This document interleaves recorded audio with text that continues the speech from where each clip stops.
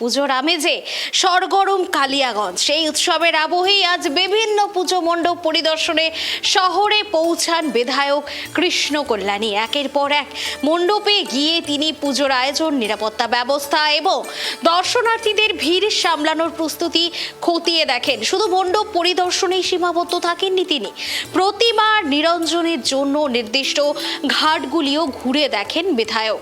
স্থানীয় প্রশাসন ও পুজো উদ্যোক্তাদের সঙ্গে আলোচনা করে তিনি পরিষ্কার পরিচ্ছন্নতা, আলোকসজ্জা ও যাতায়াত ব্যবস্থা ঠিকঠাক রাখার বার্তাও দেন।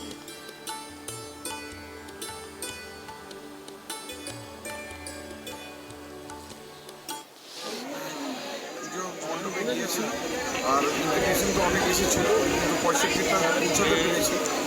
আর এখন পর্যন্ত যেখানে নিমন্ত্রণ পেয়েছি, এখন পর্যন্ত চেষ্টা করতেছি আরও বেশি জায়গায় যাতে পৌঁছাতে পারি।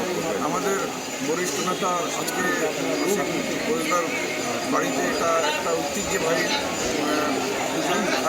এটা একটা ঐতিহাসিক পূজা। এনাদের যখন ভারতবর্ষ স্বাধীনতা হয়নি তার আগের থেকে পুজো চলছে।